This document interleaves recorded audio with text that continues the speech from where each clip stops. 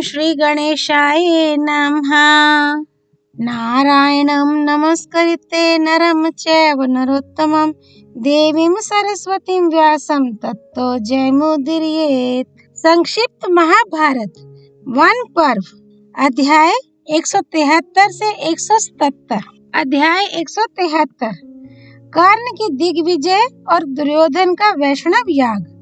जन्मेजय ने पूछा, मुनिवर कृपा करके कहिए कि जिस समय महामना पांडवगण द्वैत वन में रहते थे उस समय हस्तिनापुर में महाधनुर्धर धृतराष्ट्र पुत्र, सूत पुत्र कर्ण, महाबली शकुनी, भीष्म, द्रोण और कृपाचार्य ने क्या किया।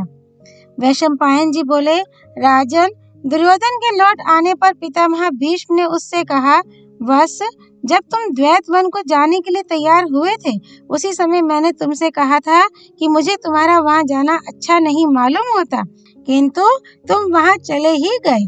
वहां शत्रुओं के हाथ से तुम्हें बंधन में पड़ना पड़ा और फिर धर्मज्ञ पांडवों ने ही तुम्हें उनसे छुड़ाया। इससे तुम्हें लज्जा नहीं आती? देखो, उस समय सारी सेना और तुम्हारे भी सामने ही ये सूत पुत्र गंधर्वों से डरकर भाग गया था। उस समय तुमने महात्मा पांडव और दुष्ट बुद्धि कर्ण का पराक्रम भी देखा ही होगा। ये कर्ण तो धनुर्वेद, शूरवीरता या धर्म में पांडवों के चौथाई हिस्से के बराबर भी नहीं है। अतः इस कुल की वृद्धि के लिए मैं तो पांडवों के साथ संधि कर लेना ही अच्छा समझता हूँ। भीष्म के इस प्रकार कहने पर राजा दुर्योधन हंसकर शकुनी के साथ चल दिए। उन्हें जाते देखकर कर्ण और दुशासन आदि भी उनके पीछे हो लिए। उन्हें अपनी पूरी बात सुने बिना ही जाते देख भीष्म जी भी अपने घर को चले गए। उनके जाने पर धृतराष्ट्र पुत्र राजा दुर्योधन फिर उसी जगह आकर अपने मंत्रियों से सलाह करने लगा कि हमारा हित किस प्रकार हो और अब हमें क्या करना चाहिए। उस समय कर्ण ने कहा, राजन सुनिए, मैं आपसे एक बात कहता हूँ। भीष्म सदा ही हमारी निंदा करते रहते हैं और पांडवों की प्रशंसा करते हैं। आपसे द्वेष करने के कारण उनका मेरे प्रति भी द्वेष हो गया है और आपके आगे वे मेरी तरह तरह से निंदा करते हैं। सो मैं भीष्म के उन शब्दों को सहन नहीं कर सकता। आप मुझे सेवक, सेना और सवारी देकर पृथ्वी को विजय करने की आज्ञा दीजिए। आपकी विजय अवश्य होगी। मैं शस्त्रों की शपथ करके सच्ची प्रतिज्ञा करता हूँ। कर्ण के ये शब्द सुनकर दुर्योधन ने अत्यंत प्रेम से कहा, वीर कर्ण, तुम सदा ही मेरा हित करने के लिए उद्यत रहते हो। यदि तुम्हें निश्चय है कि मैं अपने सारे शत्रुओं को परास्त कर दूंगा तो तुम जाओ और मेरे मन को शांत करो। दुर्योधन के ऐसा कहने पर कर्ण ने अपनी दिग्विजय यात्रा के लिए सभी आवश्यक चीजें तैयार करने की आज्ञा दी। फिर अच्छा मुहूर्त देखकर मांगलिक द्रव्यों से स्नान कर शुभ नक्षत्र और तिथि में कूच किया। उस समय ब्राह्मणों ने उसे आशीर्वाद दिया तथा उसके रथ की घरघराहट से तीनों लोग गूंज उठे। हस्तिनापुर से बड़ी भारी सेना के साथ चलकर पहले महाधनुर्धर कर्ण ने राजा द्रुपद की राजधानी को घेरा और बड़ा भीषण युद्ध करके वीर द्रुपद को अपना आश्रित बना लिया। उससे कर रूप में उसने बहुत सा सोना, चांदी और तरह तरह के रत्न लिए। उसके बाद जो राजा द्रुपद के अधीन थे उन्हें जीतकर उनसे भी कर लिया। फिर वहां से चलकर वह उत्तर दिशा में गया और उधर के सब राजाओं को हराया। महाराज भगदत्त को जीतकर वह शत्रुओं से लड़ता लड़ता हिमालय पर चढ़ गया। इस प्रकार उस ओर के सब राजाओं को जीतकर उसने नेपाल देश के राजाओं को भी परास्त किया। फिर हिमालय से नीचे आकर पूर्व की ओर धावा किया और उस ओर के अंग, वांग, कलिंग, शुंडिक, मिथिला, मगध, कर्कखंड, आरशीर, योद्धे और अहिक्षत्र आदि राज्यों को जीतकर अपने वश में किया। इसके पश्चात उसने वत्स भूमि को जीता और फिर केवला, मृत्तिकावती, मोहनपत्तन, त्रिपुरी और कोसला आदि पुरियों को अपने अधीन किया। इन सबको जीतकर और इनसे कर लेकर कर्ण ने दक्षिण की ओर प्रस्थान किया। उधर भी उसने अनेकों महारथियों को परास्त किया। रुक्मी के साथ कर्ण का बड़ा घोर युद्ध हुआ, किंतु अंत में उसे भी इच्छानुसार कर देना पड़ा। फिर वह पांडे और श्रीशैल की ओर गया। वहाँ केरल, नील और वेणुधारी सुत आदि अनेकों राजाओं से कर लेकर फिर शिशुपाल के पुत्र को परास्त किया। उसके आसपास के जो राजा थे उन्हें भी उस महावीर ने अपने अधीन कर लिया। उसके पश्चात अवंती देश के राजाओं को जीतकर साम पूर्वक वृष्णि वंशियों को अपने पक्ष में किया और फिर पश्चिम दिशा को जीतना आरंभ किया। उस दिशा में जाकर उसने यवन और बर्बर राजाओं से कर लिया। इस प्रकार उसने पूर्व, पश्चिम, उत्तर, दक्षिण सभी दिशाओं में सारी पृथ्वी विजय कर ली। इस तरह सारी पृथ्वी को अपने वश में करके जब वह धनुर्धर वीर कर्ण हस्तिनापुर में आया तो राजा दुर्योधन ने अपने भाई, बड़े बूढ़े और बंधु बांधवों के सहित अगवानी करके उसका विधिवत सत्कार किया तथा बड़ी प्रसन्नता से उसकी दिग्विजय की घोषणा कराई। फिर कर्ण से कहा, कर्ण, तुम्हारा मंगल हो। तुमसे मुझे वह चीज मिली है जिसे मैं भीष्म, द्रोण, कृप और बाहलिक से भी प्राप्त नहीं कर सका। वे सब के सब पांडव तथा दूसरे राजा तो तुम्हारे 16वें अंश की बराबरी भी नहीं कर सकते। मैंने पांडवों का बड़ा भारी राजसूय यज्ञ देखा था, तो अब मेरी इच्छा भी राजसूय यज्ञ करने की है। तुम उसे पूरी करो। दुर्योधन के इस प्रकार कहने पर कर्ण ने उससे कहा, राजन, इस समय सभी नृपति गण आपके अधीन हैं। आप याजकों को बुलाकर यज्ञ की तैयारी कराइए। तब दुर्योधन ने अपने पुरोहित को बुलाकर उनसे कहा, द्विजवर, आप मेरे लिए शास्त्रानुसार विधिवत राजसूय यज्ञ आरंभ कर दीजिए। इसकी समाप्ति पर मैं यथेष्ट दक्षिणाएं दूंगा। इस पर पुरोहित ने कहा, राजन, युधिष्ठिर के जीवित रहते हुए आप ये यज्ञ नहीं कर सकते, किंतु एक दूसरा यज्ञ है जो किसी के लिए भी निषिद्ध नहीं है। आप विधिवत उसे ही कीजिए। उसका नाम वैष्णव यज्ञ है और वह राजसूय यज्ञ के ही जोड़ का है। हमें वह बहुत प्रिय है। उससे आपका हित होगा और वह बिना किसी विघ्न बाधा के संपन्न हो जाएगा। ऋत्विजों के ऐसा कहने पर राजा दुर्योधन ने कर्मचारियों को यथा योग्य आज्ञा दी तथा उन्होंने उसके आज्ञा अनुसार कर्मशः सारी तैयारियां कर दी। तब महामती विदुर एवं मंत्रियों ने दुर्योधन को सूचना दी, राजन, यज्ञ की सब सामग्रियां तैयार हैं। सोने का बहुमूल्य हल भी बन चुका है और यज्ञ का नियत समय भी आ गया है। यह सुनकर राजा दुर्योधन ने यज्ञ आरंभ करने की आज्ञा दे दी। बस यज्ञ कार्य आरंभ हो गया और दुर्योधन को शास्त्रानुसार विधि पूर्वक यज्ञ की दीक्षा दी गई। इस समय धृतराष्ट्र, विदुर, भीष्म, द्रोण, कृप, कर्ण, शकुनी और गांधारी सभी को बड़ी प्रसन्नता हुई। राजाओं और ब्राह्मणों को निमंत्रित करने के लिए शीघ्रगामी दूत भेजे गए। वे सब तेज चलने वाली सवारियों पर बैठकर जहां तहां जाने लगे। उनमें से एक दूत से दुशासन ने कहा, तुम शीघ्र ही द्वैत बन जाओ और वहां रहने वाले पांडवों तथा ब्राह्मणों को विधिवत यज्ञ का निमंत्रण दो। उसने पांडवों के पास जाकर प्रणाम किया और उनसे कहा, महाराज, नृपति श्रेष्ठ दुर्योधन अपने पराक्रम से बहुत सा धन प्राप्त करके एक महायज्ञ कर रहे हैं। उसमें सम्मिलित होने के लिए जहाँ तहाँ से बहुत से राजा और ब्राह्मण आ रहे हैं। महामना कुरुराज ने मुझे आपकी सेवा में भेजा है। धृतराष्ट्र कुमार महाराज दुर्योधन आपको यज्ञ के लिए निमंत्रित करते हैं। आप उनका ये अभिष्ट यज्ञ देखने की कृपा करें। दूत की यह बात सुनकर राजा युधिष्ठिर ने कहा, अपने पूर्वजों की कीर्ति बढ़ाने वाले राजा दुर्योधन महायज्ञ के द्वारा भगवान का यजन कर रहे हैं। ये बड़ी प्रसन्नता की बात है। हम भी उसमें सम्मिलित होते, किंतु इस समय ऐसा किसी प्रकार नहीं हो सकता, क्योंकि 13 वर्ष तक हमें वनवास के नियम का पालन करना है। धर्मराज की यह बात सुनकर भीमसेन ने कहा, तुम दुर्योधन से कह देना कि 13 वर्ष बीतने पर जब युद्ध यज्ञ में अस्त्र शस्त्रों से प्रज्वलित अग्नि में तुझे होमा जाएगा, तभी धर्मराज युधिष्ठिर वहां आवेंगे। भीम के सिवा अन्य पांडवों ने कुछ भी नहीं कहा। फिर दूत ने दुर्योधन के पास जाकर सब बातें ज्यों की त्यों सुना दी। अब अनेकों देशों से प्रधान पुरुष और ब्राह्मण हस्तिनापुर में आने लगे। धर्मज्ञ विदुर जी ने दुर्योधन की आज्ञा से सभी वर्णों के पुरुषों का यथा योग्य सत्कार किया तथा उनके इच्छानुसार खाने पीने की सामग्री, सुगंधित माला और तरह तरह के वस्त्र देकर उन्हें संतुष्ट किया। राजा दुर्योधन ने सभी के लिए शास्त्रानुसार यथा योग्य निवास गृह बनवाए तथा सभी राजा और ब्राह्मणों को बहुत सा धन देकर विदा किया। फिर वह भाइयों तथा कर्ण और शकुनी के सहित हस्तिनापुर में लौट आया।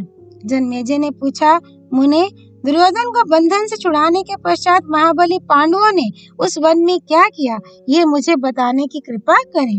वैशंपायन जी बोले, राजन, कुछ दिन उसी वन में रहकर फिर धर्मज्ञ पांडव ब्राह्मण तथा दूसरे साथियों के सहित वहां से चल दिए। इंद्रसेन आदि सेवक भी उनके साथ हो लिए।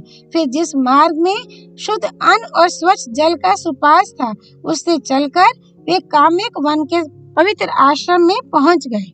अध्याय 174। व्यास जी का युधिष्ठिर के पास आना और उन्हें तप एवं दान का महत्व बताना। वैशंपायन जी कहते हैं, जन्मेजय, इस प्रकार वन में रहते हुए महात्मा पांडवों के 11 वर्ष बड़े कष्ट से बीते। वे फल मूल खाकर रहते थे, सुख भोगने के योग्य होकर भी महान दुख सहते थे।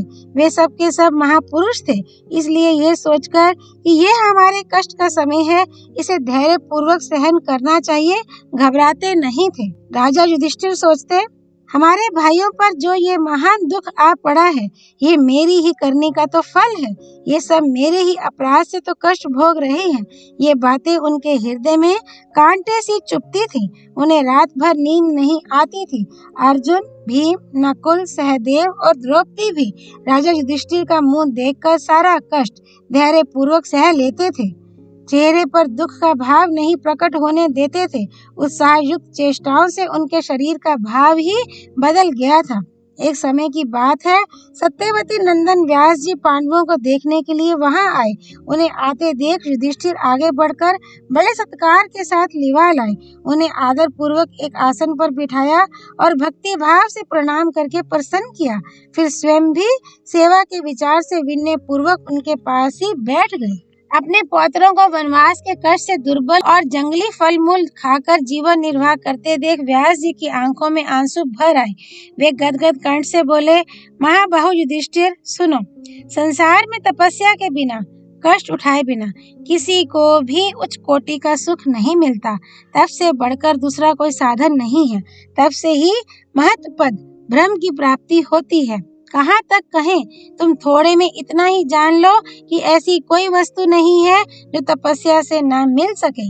सत्य, सरलता, क्रोध का अभाव, देवता और अतिथियों को देकर अनादि ग्रहण करना, इंद्रियों और मन को वश में रखना, दूसरों के दोष ना देखना, किसी जीव की हिंसा ना करना, बाहर भीतर की पवित्रता रखना, ये सद्गुण मनुष्य को पवित्र करने वाले हैं। इनसे अभ्युदय और निःश्रेयस की सिद्धि होती है। जो लोग इन धर्मों का पालन ना कर अधर्म में रुचि रखने वाले हैं, उन्हें पशु पक्षी आदि तिर्यक योनियों में जन्म लेना पड़ता है। उन कष्टदायक योनियों में जन्म लेकर वे कभी सुख नहीं पाते।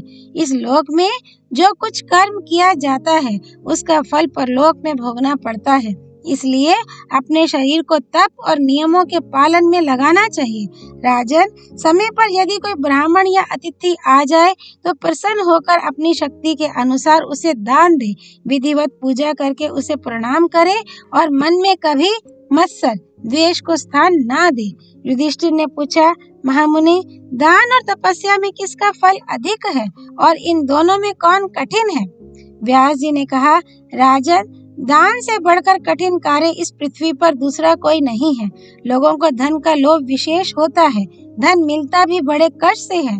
उत्साही मनुष्य धन के लिए अपने प्यारे प्राणों का भी मोह छोड़कर जंगलों में भटकते हैं, समुद्र में गोते लगाते हैं। कोई खेती करते और कोई गौएं पालते हैं। कोई लोग तो धन की इच्छा से दूसरों की दासता भी स्वीकार कर लेते हैं। इस प्रकार कष्ट सहकर कमाए हुए धन का त्याग बड़ा ही कठिन है। अतः दान से दुष्कर कोई कार्य नहीं है। इसीलिए मैं दान को सर्वश्रेष्ठ मानता हूँ। उसमें भी यदि धन न्याय से कमाया गया हो और उत्तम देश, काल तथा पात्र का विचार करके उसका दान किया जाए तो इसका और भी अधिक महत्व समझना चाहिए। अन्याय पूर्वक प्राप्त किए हुए धन से जो दान धर्म किया जाता है, वह कर्ता की महान भय से रक्षा नहीं करता। युधिष्ठिर, यदि अच्छे समय पर शुद्ध भाव से सत्पात्र को थोड़ा भी दान दिया जाए तो परलोक में उसका अनंत फल होता है। इस विषय में जानकार लोग एक पुराने इतिहास का उदाहरण दिया करते हैं कि मुद्गल ऋषि ने एक द्रोण 15.5 सेर के लगभग धान का दान करके महान फल प्राप्त किया था। अध्याय 175 मुद्गल ऋषि की कथा। युधिष्ठिर ने पूछा, भगवान, महात्मा मुद्गल ने एक द्रोण धान का दान कैसे और किस विधि से किया था तथा वे दान किसे दिया गया था, ये सब मुझे बताइए। व्यास जी बोले, राजन, कुरुक्षेत्र में एक मुद्गल नामक ऋषि रहते थे। वे बड़े धर्मात्मा और जितेंद्रिय थे, सदा सत्य बोलते और किसी की भी निंदा नहीं करते थे। अतिथियों की सेवा का उन्होंने व्रत ले रखा था। बड़े कर्मनिष्ठ और तपस्वी महात्मा थे। शील और उच्च वृत्ति से ही उनकी जीविका चलती थी। 15 दिनों में एक द्रोण धान इकट्ठा कर लेते थे। उसी से इष्टिकृत नामक यज्ञ करते और 15वें दिन प्रत्येक अमावस्या तथा पूर्णिमा को दर्श पौर्णमास याग किया करते थे।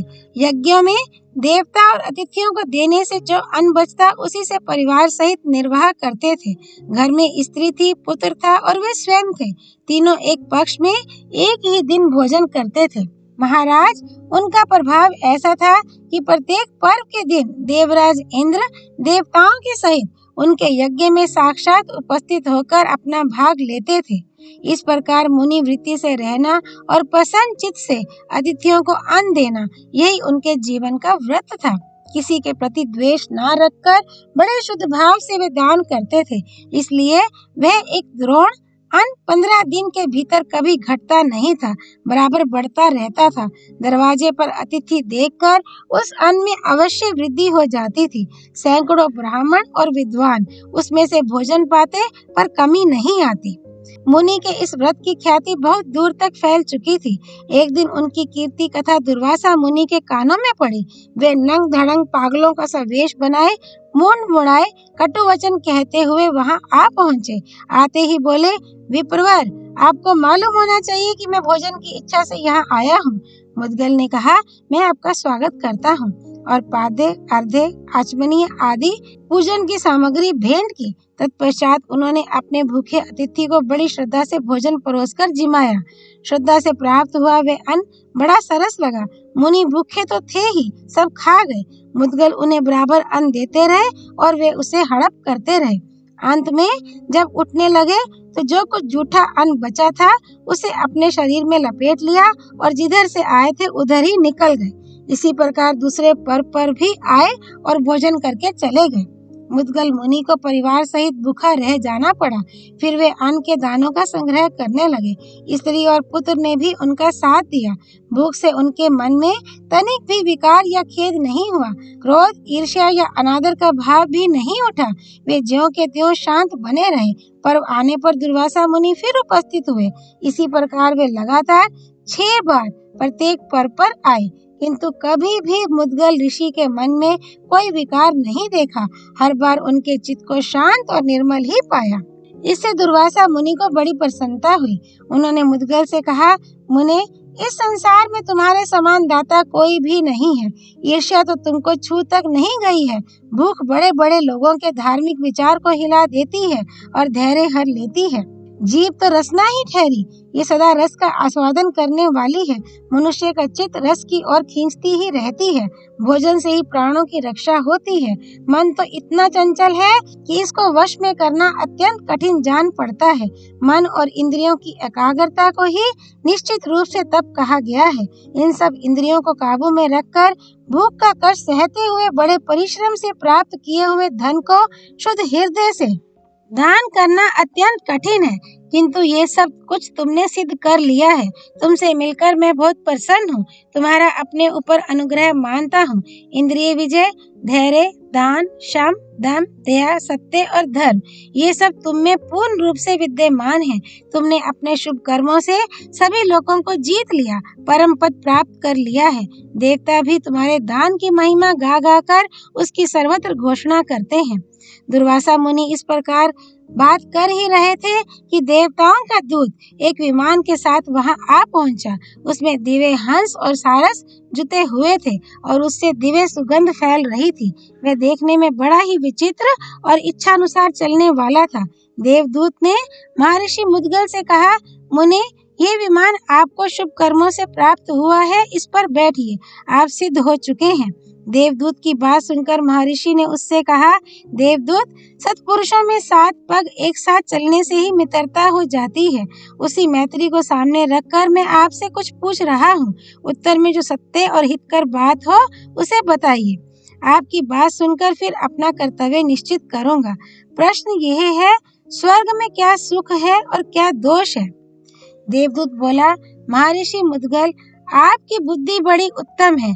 जिसको दूसरे लोग बहुत बड़ी चीज समझते हैं, वह स्वर्ग का उत्तम सुख आपके चरणों में लौट रहा है। फिर भी आप अनजान से बनकर इसके संबंध में विचार करते हैं, पूछते हैं ये कैसा है। आपकी आज्ञा के अनुसार मैं बताता हूँ। स्वर्ग यहाँ से बहुत ऊपर का लोक है, उसको स्वर्ग लोक भी कहते हैं। बड़े उत्तम मार्ग से वहाँ जाना होता है। वहाँ लोग सदा विमानों पर विचरा करते हैं। जिसने तप, दान या महान यज्ञ नहीं किए हैं अथवा जो असत्यवादी या नास्तिक हैं, उनका उस लोक में प्रवेश नहीं होता। जो लोग धर्मात्मा, जितेंद्रिय, शम दम से संपन्न और द्वेष रहित हैं तथा जिन्होंने दान धर्म का पालन किया है, वे उस लोक में जाते हैं। इसके सिवा वे शूरवीर भी, जिनकी वीरता युद्ध में प्रमाणित हो चुकी है, स्वर्ग लोक के अधिकारी हैं। वहाँ देवता, साध्य, विश्वदेव, महर्षि याम, धाम, गंधर्व और अप्सरा, इन सब के अलग अलग अनेकों लोक हैं जो बड़े ही कांतिमान, इच्छानुसार प्राप्त होने वाले भोगों से संपन्न तथा तेजस्वी हैं। स्वर्ग में 33,000 योजन का एक बहुत ऊंचा पर्वत है जिसका नाम है सुमेरुगिरी। वह पर्वत सुवर्ण का है। उसके ऊपर देवताओं के नंदनवन आदि अनेकों सुंदर उद्यान हैं जो पुण्यात्माओं के विहार के स्थान हैं। वहाँ किसी को भूख प्यास नहीं लगती, मन में कभी उदासी नहीं आती, गर्मी और जाड़े का कष्ट नहीं होता और ना कोई भय ही होता है। वहाँ कोई ऐसी अशुभ वस्तु नहीं होती जिसको देखकर घृणा हो। सब और मन को प्रसन्न करने वाली सुगंध छाई रहती है। शीतल मंद हवा चलती है। सब और मन और कानों को प्रिय लगने वाले शब्द सुन पड़ते हैं।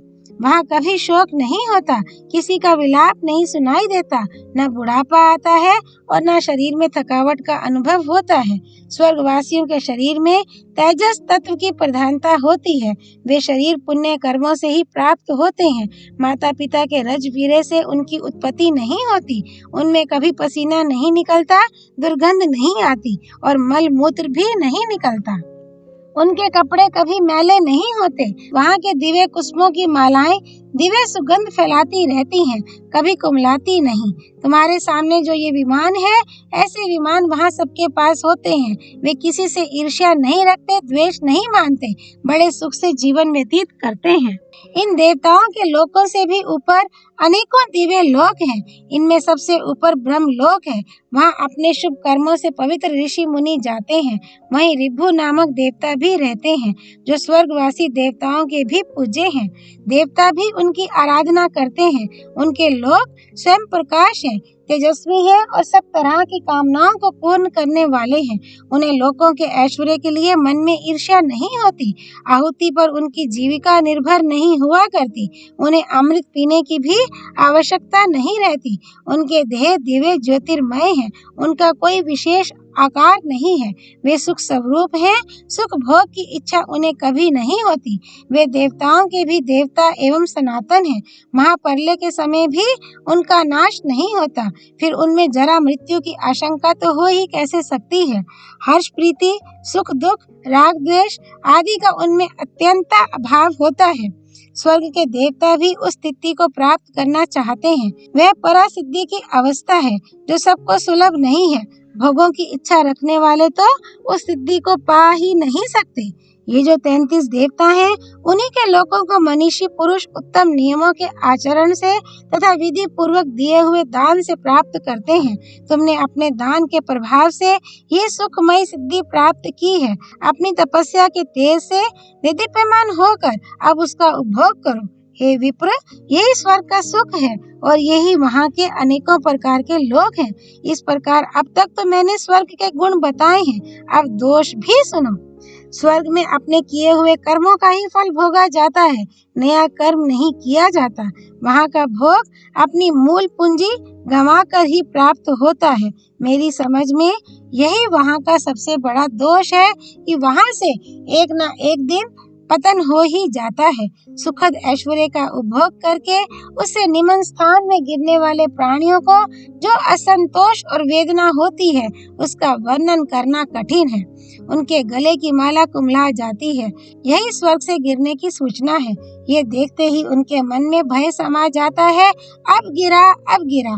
उन पर रजोगुण का प्रभाव पड़ता है। जब गिरने लगते हैं तो उनकी चेतना लुप्त हो जाती है, शुद्ध बुद्ध नहीं रहती। ब्रह्मलोक तक जितने भी लोग हैं, सब में यह भय बना रहता है। मुद्गल बोले, ये तो आपने स्वर्ग के महान दोष बताए। इनके अतिरिक्त जो निर्दोष लोक हो, उसका वर्णन कीजिए। देवदूत ने कहा, ब्रह्मलोक से भी ऊपर विष्णु का परम धाम है। वह शुद्ध सनातन ज्योतिर्मय लोक है। उसे पर ब्रह्म पद भी कहते हैं। विषय पुरुष तो वहाँ जा ही नहीं सकते। दंभ, लोभ, क्रोध, मोह और द्रोह से युक्त पुरुष भी वहाँ नहीं पहुँच सकते। वहाँ तो ममता और अहंकार से रहित, द्वंद्वों से परे रहने वाले, जितेंद्रिय तथा ध्यान योग में लगे रहने वाले महात्मा पुरुष ही जा सकते हैं। मुद्गल, तुम्हारे प्रश्न के अनुसार ये सारी बातें मैंने बता दी। अब कृपा करके चलो, जल्दी चले, देर ना करो। व्यास जी कहते हैं, देवदूत की बात सुनकर मुद्गल ऋषि ने उस पर अपनी बुद्धि से विचार किया और फिर बोले, देवदूत, मेरा आपको प्रणाम है। आप प्रसन्नता से पधारिए। स्वर्ग में तो बड़ा भारी दोष है। मुझे उस स्वर्ग से और वहाँ के सुख से कोई काम नहीं है। ओहो, पतन के बाद तो स्वर्गवासियों को बड़ा भारी दुख और पश्चाताप होता होगा। इसलिए मुझे स्वर्ग नहीं चाहिए। जहाँ जाकर व्यथा और शोक से पिंड छूट जाए, केवल उसी स्थान का अब मैं अनुसंधान करूँगा। ऐसा कहकर धर्मात्मा मुनि ने देवदूत को तो विदा कर दिया और स्वयं पूर्ववत शिलोच रीति से रहते हुए उत्तम रीति से शम का पालन करने लगे। उनकी दृष्टि में निंदा और स्तुति, मिट्टी का ढेला और सुवर्ण सब एक से हो गए। वे विशुद्ध ज्ञान योग का आश्रय ले नित्य ध्यान योग के प्राण रहने लगे। ध्यान से वैराग्य का फल पाकर उन्हें उत्तम बोध प्राप्त हुआ, जिसके द्वारा उन्होंने मोक्ष रूपा परम सिद्धि प्राप्त कर ली। इसलिए युधिष्ठिर, तुम्हें भी शोक नहीं करना चाहिए। मनुष्य पर सुख के बाद दुख और दुख के बाद सुख आता रहता है। 13वें वर्ष के बाद तुम्हें अपने पिता पितामहों का राज्य अवश्य प्राप्त होगा। अब अपने मन की चिंता दूर करो। वैशंपायन जी कहते हैं, भगवान व्यास युधिष्ठिर से इस प्रकार कहकर पुनः तप करने के लिए अपने आश्रम पर चले गए। अध्याय 176। दुर्योधन के द्वारा दुर्वासा का अतिथि सत्कार और वरदान पाना। जन्मेजय ने पूछा, वैशंपायन जी, जिस समय महात्मा पांडव वन में निवास कर ऋषि मुनियों के साथ अत्यंत विचित्र कथा वार्ताएं सुनते हुए अपना समय आनंद पूर्वक व्यतीत कर रहे थे, उस समय दुशासन, कर्ण और शकुनी की राय से चलने वाले पापाचारी दुरात्मा दुर्योधन आदि ने उनके साथ कैसा बर्ताव किया? भगवान, अब आप मुझे यही बात बताइए। वैशंपायन जी बोले, महाराज, जब दुर्योधन ने यह सुना कि पांडव लोग तो वन में भी उसी प्रकार आनंद से रहते हैं जैसे नगर के निवासी रहा करते हैं, तो उनकी बुराई करने का विचार किया। फिर तो छल कपट की विद्या में प्रवीण कर्ण और दुशासन आदि की मंडली एकत्रित हुई और पांडवों को हानि पहुंचाने के अनेकों उपायों पर विचार होने लगा। इसी बीच में महान यशस्वी महर्षि दुर्वासा जी अपने 10,000 शिष्यों को साथ लिए हुए वहां आ गए। परम क्रोधी दुर्वासा मुनि को घर पर पधारा देख दुर्योधन बहुत विनय दिखाता हुआ भाइयों सहित उनके पास गया और नम्रता पूर्वक उन्हें आतिथ्य सत्कार के लिए निमंत्रित किया। बड़ी विधि से उनकी पूजा की और स्वयं दास की भांति उनकी सेवा में खड़ा रहा। दुर्वासा जी कई दिन वहां ठहरे रहे। दुर्योधन आलस्य छोड़कर रात दिन उनकी सेवा करता रहा। भक्ति भाव के कारण नहीं, उनके शाप से डरकर वह सेवा करता था। मुनि का भी स्वभाव विचित्र था। कभी कहते, मुझे बड़ी भूख लगी है राजन, शीघ्र भोजन तैयार कराओ।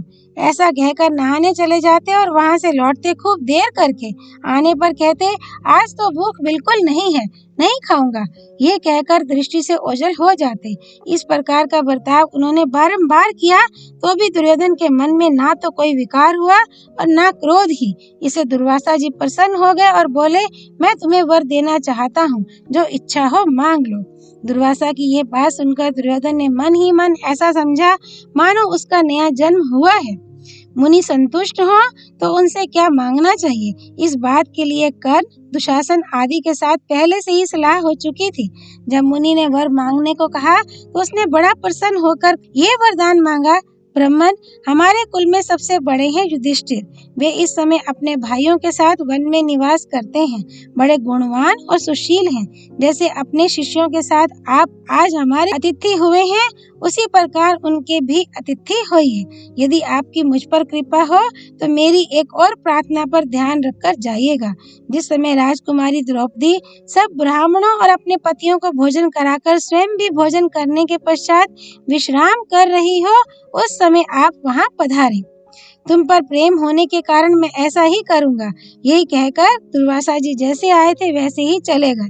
दुर्योधन ने समझा अब मैंने बाजी मार ली। उसने प्रसन्न होकर कर्ण से हाथ मिलाया। कर्ण ने भी कहा, बड़े सौभाग्य की बात है, अब तो काम बन गया। राजन, तुम्हारी इच्छा पूरी हुई और तुम्हारे शत्रु दुख के महासागर में डूब गए। ये सब कितने आनंद की बात है। अध्याय 177। युधिष्ठिर के आश्रम पर दुर्वासा का आतिथ्य, भगवान के द्वारा पांडवों की रक्षा। वैशंपायन जी कहते हैं, तदनंतर एक दिन दुर्वासा मुनि इस बात का पता लगाकर कि पांडव और द्रौपदी सभी लोग भोजन से निवृत्त हो आराम कर रहे हैं, 10,000 शिष्यों को साथ लेकर वन में युधिष्ठिर के पास पहुँचे। राजा युधिष्ठिर अतिथि को आते देख भाइयों सहित आगे बढ़कर उन्हें लिवा लाए, हाथ जोड़कर प्रणाम किया और एक सुंदर आसन पर बैठाया। फिर विधिवत पूजन करके उन्हें आतिथ्य के लिए निमंत्रण देते हुए कहा, भगवान, आप नित्य कर्म से निवृत्त होकर शीघ्र आइए और भोजन कीजिए। मुनि भी शिष्यों के साथ स्नान करने चले गए। उन्होंने इस बात का तनिक भी विचार नहीं किया कि ये इस समय शिष्यों सहित मुझे कैसे भोजन दे सकेंगे। सारी मुनि मंडली जल में स्नान करके ध्यान लगाने लगी। इधर पतिव्रता द्रौपदी को अन्न के लिए बड़ी चिंता हुई। उसने बहुत सोचा विचारा, किंतु उस समय अन्न मिलने का कोई उपाय उसके ध्यान में नहीं आया। तब वह मन ही मन भगवान श्री कृष्ण का इस प्रकार स्मरण करने लगी, हे कृष्ण, हे महाभाव श्री कृष्ण, देवकी नंदन, हे अविनाशी वासुदेव, चरणों में पड़े हुए दुखियों का दुख दूर करने वाले हे जगदीश्वर, तुम ही संपूर्ण जगत के आत्मा हो। इस विश्व को बनाना और बिगाड़ना तुम्हारे ही हाथों का खेल है। प्रभो, तुम अविनाशी हो, शरणागतों की रक्षा करने वाले गोपाल, तुम ही संपूर्ण प्रजा के रक्षक परात्पर परमेश्वर हो। चित्त की वृत्तियों और चित्त वृत्तियों के प्रेरक तुम ही हो। मैं तुम्हें प्रणाम करती हूँ। सबके वरण करने योग्य वरदाता अनंत, आओ, जिन्हें तुम्हारे सिवा दूसरा कोई सहारा देने वाला नहीं है, उन असहाय भक्तों की सहायता करो। पुराण पुरुष, प्राण और मन की वृत्तियां तुम्हारे पास तक नहीं पहुंच पाती। सबके साक्षी परमात्मन, मैं तुम्हारी शरण में हूँ। शरणागत वत्सल, कृपा करके मुझे बचाओ। नील कमल दल के समान श्याम सुंदर, कमल पुष्प के भीतरी भाग के समान किंचित लाल नेत्र वाले, कौस्तुभ मणि विभूषित एवं पीताम्बर धारण करने वाले श्री कृष्ण, तुम ही संपूर्ण भूतों के आदि और अंत हो। तुम ही परम आश्रय हो। तुम ही परात्पर, ज्योतिर्मय, सर्वव्यापक एवं सर्वात्मा हो। ज्ञानी पुरुषों ने तुमको ही इस जगत का परम बीज और संपूर्ण संपदाओं का अधिष्ठान कहा है। देवेश, यदि तुम मेरे रक्षक हो तो मुझ पर सारी विपत्तियां टूट पड़े तो भी भय नहीं है। आज से पहले सभा में दुशासन के हाथ से जैसे तुमने मुझे बचाया था, उसी प्रकार इस वर्तमान संकट से भी मेरा उद्धार करो। द्रौपदी ने जब इस प्रकार भक्त वत्सल भगवान की स्तुति की तो उन्हें मालूम हो गया कि द्रौपदी पर संकट आ पड़ा। वे अचिंत्य गति परमेश्वर तुरंत वहां आ पहुंचे। भगवान को आया देख द्रौपदी के आनंद का पार ना रहा। उन्हें प्रणाम करके उसने दुर्वासा मुनि के आने आदि का सारा समाचार कह सुनाया। भगवान बोले, कृष्णे, इस समय मैं बहुत थका हुआ हूँ, भूख लगी है। पहले शीघ्र मुझे कुछ खाने को दे, फिर सारा प्रबंध करती रहना। उनकी बात सुनकर द्रौपदी को बड़ी लज्जा हुई। बोली, भगवान, सूर्य नारायण की दी हुई बटलोई से तो तभी तक अन्न मिलता है जब तक मैं भोजन ना कर लूं। आज तो मैं भी भोजन कर चुकी हूँ, अतः अब कुछ भी नहीं है, कहाँ से लाऊं? भगवान ने कहा, द्रौपदी, मैं तो भूख और थकावट से कष्ट पा रहा हूँ और तुझे हंसी सोचती है। ये हंसी का समय नहीं है। जल्दी जा और बटलोई लाकर मुझे दिखा। इस प्रकार हट करके भगवान ने द्रौपदी से बटलोई मंगवाई।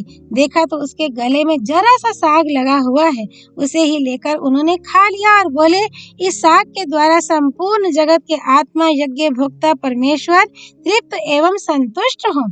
फिर सहदेव से कहा, अब शीघ्र ही मुनियों को भोजन के लिए बुला लाओ। उनकी आज्ञा पाते ही सहदेव दुर्वासा आदि सभी मुनियों को, जो देव नदी में स्नान के लिए गए हुए थे, बुलाने चले। मुनि लोग पानी में खड़े होकर अघमर्षण कर रहे थे। उन्हें सहसा पूर्ण तृप्ति मालूम हुई, मानो भोजन कर चुके हों। बार बार अन्न के रस से युक्त डकारें आने लगी।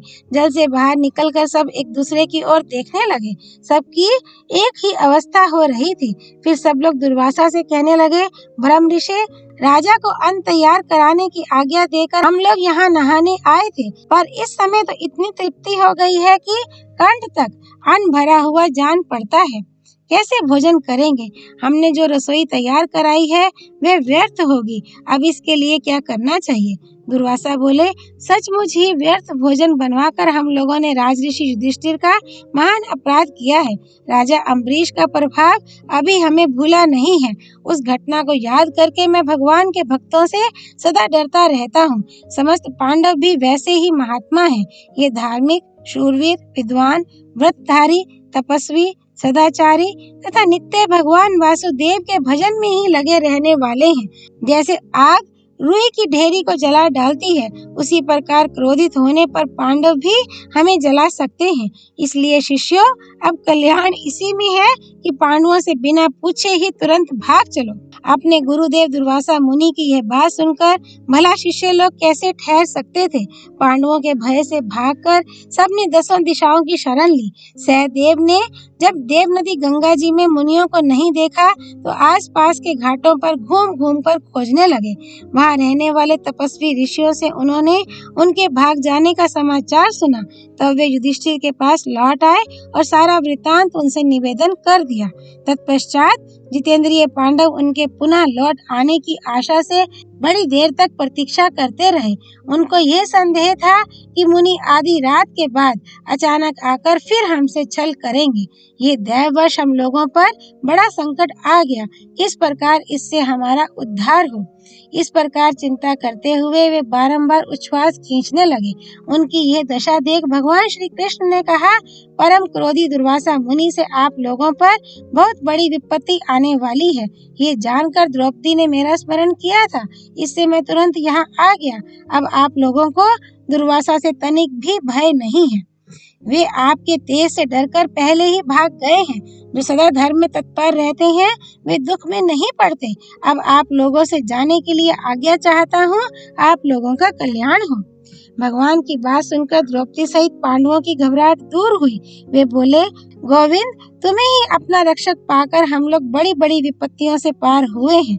जैसे महासागर में डूबते हुए को जहाज मिल जाए, उसी प्रकार तुम हमें सहायक मिले हो। जाओ, यूं ही भक्तों का कल्याण किया करो।